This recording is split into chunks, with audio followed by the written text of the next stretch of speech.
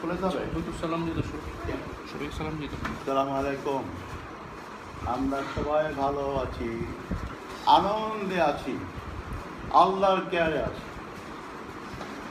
আল্লাহ তার কেয়ারে থেকে তার কোনো ভয় না, কি বলো? এবং শয়তানের চক্রান্ত অবশ্যই দুর্বল। ইন্না কাইদা শাইতানু কানা দাইফা। ইনশাআল্লাহ শয়তান পরাজিত হইবে, আল্লাহ বিজয়ী হবে ইনশাআল্লাহ।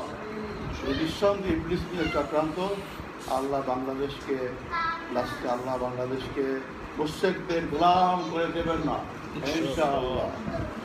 আল্লাহ আমাদের পরীক্ষা করছেন, আল্লাহ আমাদের পরীক্ষা করছেন। হাত্তা জুল না জুল হাত্তা ইয়াকুল রাসূলা